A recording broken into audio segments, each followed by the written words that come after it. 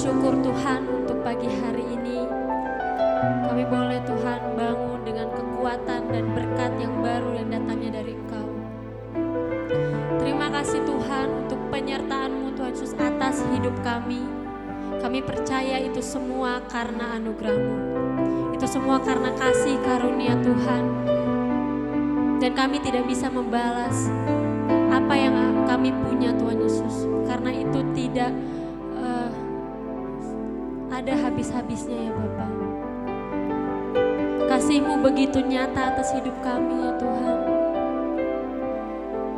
Sehingga Tuhan Yesus kami tahu dan kami melihat betapa Tuhan sangat mengasihi kami. Terima kasih Tuhan Yesus.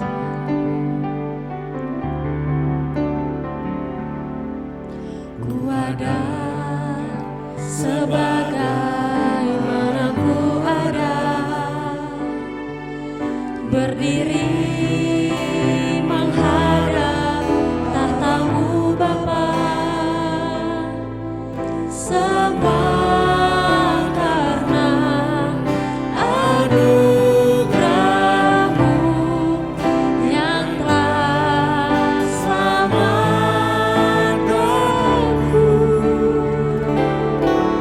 Ku hidup dalam segala kelimpahan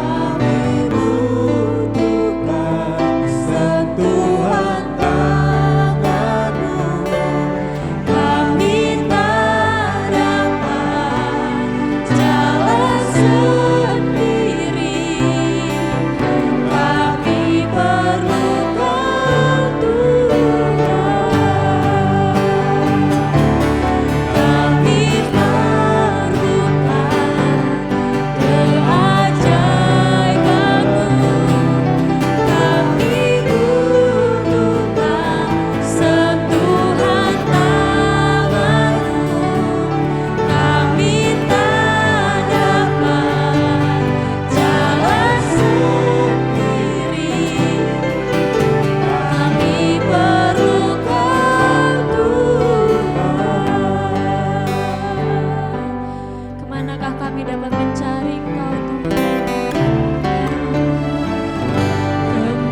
Kemanakah kami mencari kasih sejati? Kemanakah kami berseru saat badai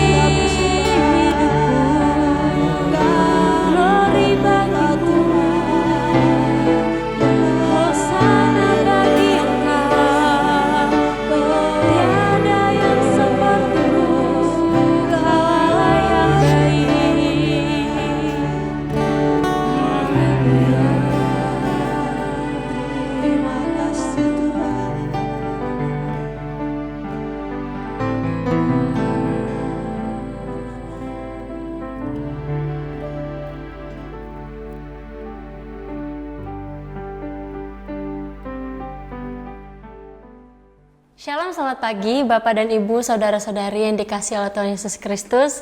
Senang sekali pada pagi hari ini kita boleh bangun dengan tubuh yang sehat, dengan kekuatan, dengan sukacita dan berkat Tuhan atas kita. Saya percaya kita semua di rumah pasti sangat berbahagia karena kita merasa bahwa Tuhan Yesus sangat-sangat baik. Amin. Dan pagi hari ini juga saya akan menyampaikan renungan yang sangat luar biasa dan sungguh-sungguh mengingatkan kita. Mari kita sama-sama buka di dalam Amsal 19 ayat 1 sampai 29. Kita tidak akan membahas ayatnya satu-satu, tetapi ada beberapa ayat yang sangat penting dan perlu terus kita ingat di dalam kehidupan kita sehari-hari. Mari kita sama-sama baca di ayat yang keempat. Kekayaan menambah banyak sahabat, tetapi orang miskin ditinggalkan sahabatnya. Nah, kita mulai bahas dulu bagaimana konteks Amsal ini sebenarnya. Amsal 19 ini berbicara mengenai keadaan yang terjadi dan bukan keadaan yang seharusnya terjadi. Jadi begini, harusnya keadaan sekarang itu nggak terjadi gitu. Seharusnya apa yang terjadi hari ini tidak berakhir juga seperti ini. Nah, di ayat yang kedua ini mengingatkan kita bahwa keuntungan dalam kita menolong seseorang, menolong orang lain, biarlah kita menolong dengan sukacita, dengan kemurahan hati, di mana ketika kita mau membantu seseorang, kita tidak memikirkan atau menerima, mengharapkan suatu keuntungan yang lain. Karena seringkali banyak orang yang menolong itu milih-milih gitu, yang ingin mencari keuntungannya sendiri, yang ingin mencari bagaimana orang ini bisa menguntungkan saya gitu, bagaimana orang ini dapat membuat saya itu seperti kayak diangkat, dijunjung dan lain-lain gitu, dipuji-puji, mendapat puji-pujian dari orang lain. Itu merupakan juga suatu bentuk keuntungan. Nah, ayat yang keempat ini di pasal 19 ini mengingatkan kita bagaimana ketika kita mau melakukan sesuatu yang memang itu dari hati kita, niat kita, biarlah itu keluar dengan sendirinya tanpa kita mau mengharapkan bahkan mau menerima keuntungan orang lain gitu. Maksudnya menerima balasan dari orang lain. Biarlah apa yang kita lakukan itu bukan untuk diri kita, tetapi biarlah untuk Tuhan dan untuk kemuliaannya. Amin. Lalu di ayat yang ke-17 saya bacakan. Siapa menaruh belas kasihan kepada orang yang lemah, memiutangi Tuhan yang akan membalas perbuatannya itu.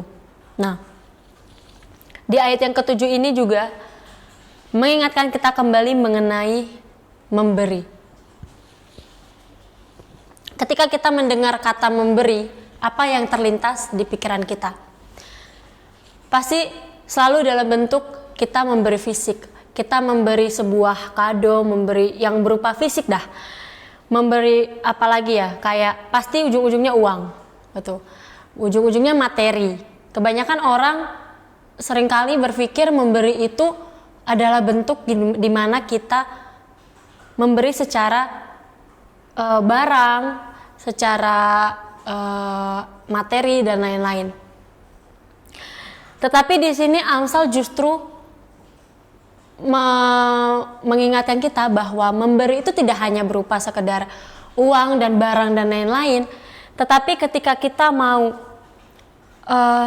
memberikan sikap kita dalam menolong sesama, dalam kita mau membantu orang lain, itu tidak hanya sekedar lewat materi, tetapi juga melalui setiap gaya hidup kita, melalui setiap apa yang kita tabur, apa yang kita berikan kepada orang lain. Bukan hanya sekedar uang, tetapi biarlah hidup kita ini itu yang menjadi bahkan membuat orang itu melihat ada Tuhan di dalam hidup kita gitu. Biarlah kita menjadi seseorang yang seperti begini, pendengar yang baik, menjadi support system yang baik, menjadi sesuatu yang orang gak anggap ketika kita memberi itu hanya sekedar uang gitu. Karena itu umum banget, bahkan seringkali saya melihat orang-orang yang seperti ini gitu. Orang-orang yang mempunyai pemahaman memberi itu yang dengan uang, dengan barang, dengan yang lain-lain gitu. Tetapi Amsal justru mengingatkan kita bahwa memberi itu lebih daripada kita memberi sekedar dengan materi gitu. Memberi itu tidak hanya sekedar kita memberi barang, tetapi bagaimana hidup kita, cara hidup kita itu yang dilihat oleh orang. Apakah memang kita sudah menunjukkan Kristus di dalam hidup kita. Kemudian di ayat yang ke-18, nah ini adalah salah satu ayat yang dimana saya pikir hanya untuk anak-anak, tetapi baik saya baca dulu ya. Di ayat yang ke-18 yaitu, hajarlah anakmu selama ada harapan, tetapi jangan engkau menginginkan kematiannya. Nah, di perkembangan zaman yang semakin hari semakin berubah, cepat sekali berubah. Nah, orang tua adalah, kalau secara umum ya, orang tua adalah ujung tombak, bahkan yang menentukan. Setiap tindakan-tindakan yang dilakukan orang tua itu yang menentukan perkembangan si anak. Itu umumnya. Nah, tetapi ketika melihat situasi dunia, situasi sekitar kita sekarang ini, nah justru ketika zaman semakin berubah, tidak hanya anak yang harus kita hajar, yang harus kita didik, yang harus kita ingatkan, nasihati dan lain-lain. Tetapi ketika zaman sekarang ini semakin menjadi-jadi, banyak orang jahat di mana-mana, banyak anak-anak Tuhan yang juga akhirnya jatuh, banyak juga anak-anak muda yang akhirnya terhilang, mereka yang tidak tidak menemukan apa yang mereka cari gitu. Nah, ternyata ayat yang ke-18 ini tidak hanya mengingatkan setiap anak-anak muda aja, tetapi juga setiap kita orang-orang tua, di mana ketika perkembangan zaman yang semakin hari semakin jadi, bagaimana kita sebagai orang-orang percaya, anak-anak muda, bahkan orang-orang tua dan anak-anak remaja itu menguasai diri, ada penguasaan diri, di mana ketika zaman semakin hari semakin menjadi seperti ini, justru seharusnya kita sebagai orang percaya, kita bisa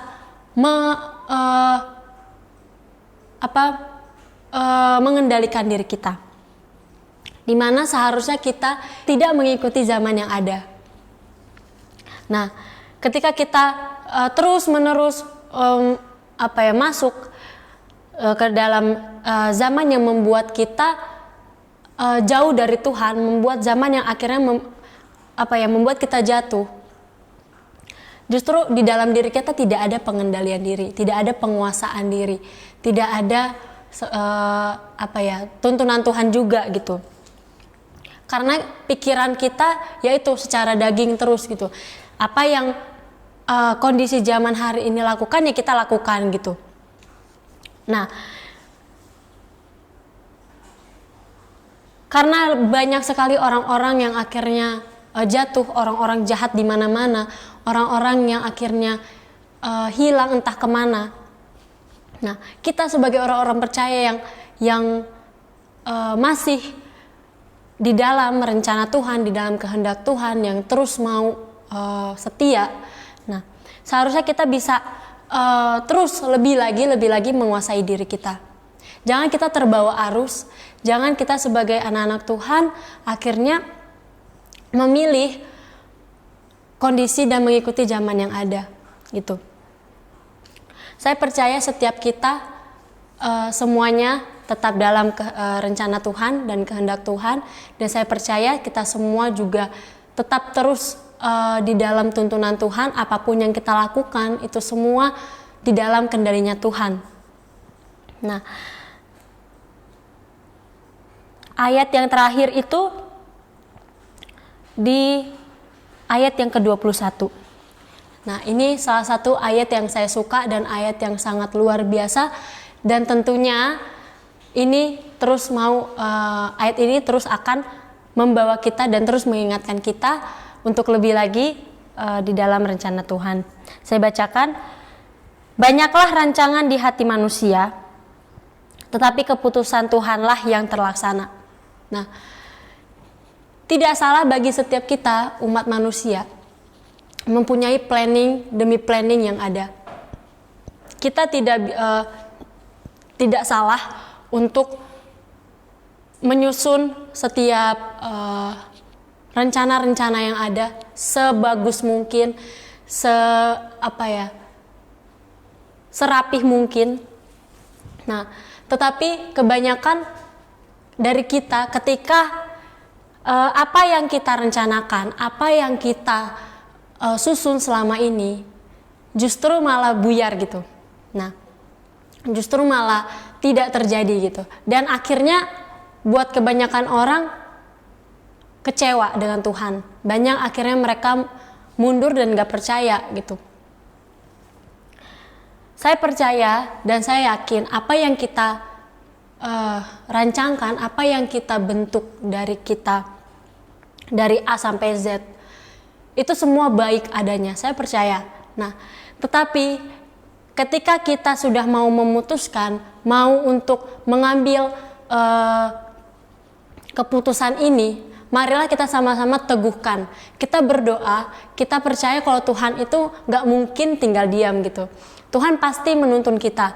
Dan biarlah setiap pilihan-pilihan yang ada itu bukan untuk juga membuat kita puas, tetapi biarlah rencana Tuhan yang jadi gitu. Karena banyak setiap orang yang akhirnya kecewa dengan Tuhan dan merasa kalau Tuhan itu nggak adil. Nah, karena saya pun seperti itu gitu.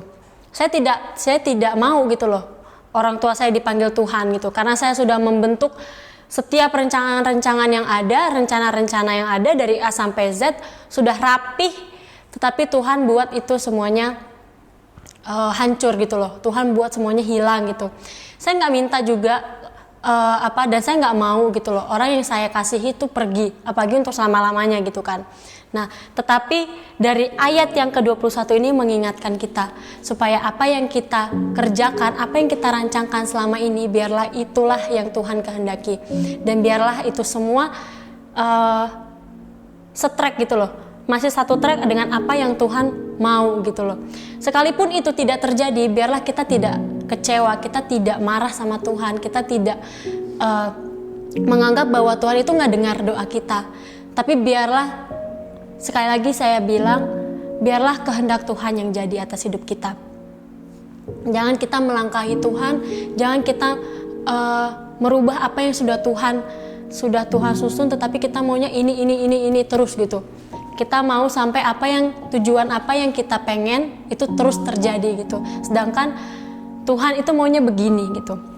Nah, sampai kapanpun rencana Tuhan itu tidak akan berubah. Rencana Tuhan itu tetap terus terjadi dan tetap terus akan ada di hidup kita sampai kita nanti dipanggil Tuhan. Amin, saudara-saudara. Nah, dari pasal 19 ini, dari ayat yang keempat, 17, 18, 21, kita percaya bahwa Amsal sungguh mengingatkan kita. Tidak sembarangan Amsal juga menulis, bahkan firman Tuhan ini ada, itu bukan sembarangan, tetapi biarlah dengan kondisi zaman sekarang ini kita mau terus membantu, kita terus memberi, kita tetap terus mengandalkan Tuhan, dan kita terus mau menguasai diri kita di perkembangan zaman yang ada saat ini. Amin, saudara-saudara. Nah, demikian firman Tuhan yang dapat saya sampaikan pada pagi hari ini. kiranya bisa memberkati dan terus mengingatkan kita untuk tetap ada di dalam tracknya Tuhan, tetap mau untuk di dalam rencana Tuhan dan kehendaknya. Amin. Mari kita berdoa. Bapa di dalam surga, terima kasih untuk pagi hari ini. Kami percaya bahwa Engkau melindungi kami sepanjang hari ini. Peliharalah kami Tuhan. Kami percaya firman yang sudah kami dengar, firman yang sudah kami baca Tuhan, biarlah itu terus mengingatkan kami, terus memperbaharui setiap hidup kami, sikap hidup kami Tuhan, dan setiap rancangan-rancangan yang Tuhan sudah kehendaki, biarlah itu jadi atas setiap kami. Biarlah Tuhan Engkau terus menuntun langkah hidup kami, setiap proses yang Tuhan izinkan terjadi hari ini, biarlah kami boleh melewatinya bersama-sama dengan Tuhan. Kami mau berdoa Tuhan pada pagi hari ini untuk bangsa dan negara kami. Kami percaya Tuhan sudah hampir mau 2 tahun COVID ada di bangsa kami. Kami percaya Tuhan Engkau sendiri yang akan bekerja dan terus mengubah bangsa kami Tuhan untuk menjadi bangsa yang di dalam rencana Tuhan. Kami percaya setiap pemimpin-pemimpin yang ada, setiap orang-orang yang sudah Tuhan pilih, kami percaya bahwa mereka Tuhan berikan terus hikmat, roh takut akan Tuhan, akal budi dan kebijaksanaan dari Engkau ya Tuhan. Biarlah itu tercurah atas mereka dan mereka menjadi pemimpin-pemimpin yang bijaksana, pemimpin-pemimpin yang benar bisa memutuskan sesuatu yang menjadi kehendak Tuhan. Kiranya urapan Tuhan terus mengalir atas mereka. Dan kami mau berdoa Tuhan untuk orang-orang sakit, biarlah Engkau sembuhkan mereka Tuhan dengan darah-Mu, biarlah Engkau sediakan apa yang mereka perlukan Tuhan, baik itu biaya pengobatan dan lain sebagainya. Kami percaya Engkau memelihara mereka, menyembuhkan mereka, dan Engkau memberikan sesuatu yang terbaik yang datangnya dari Tuhan. Kami juga mau berdoa Tuhan Yesus untuk setiap gereja-gereja Tuhan. Kami percaya dimanapun mereka berada, kiranya Tuhan setiap gereja-gerejamu boleh terus bertumbuh, terus menjadi gereja yang terus takut akan Tuhan, menjadi jemaat-jemaatmu yang setia melayani Tuhan dan terus berada di mengikut Engkau ya Tuhan. Terima kasih Tuhan, terima kasih Yesus.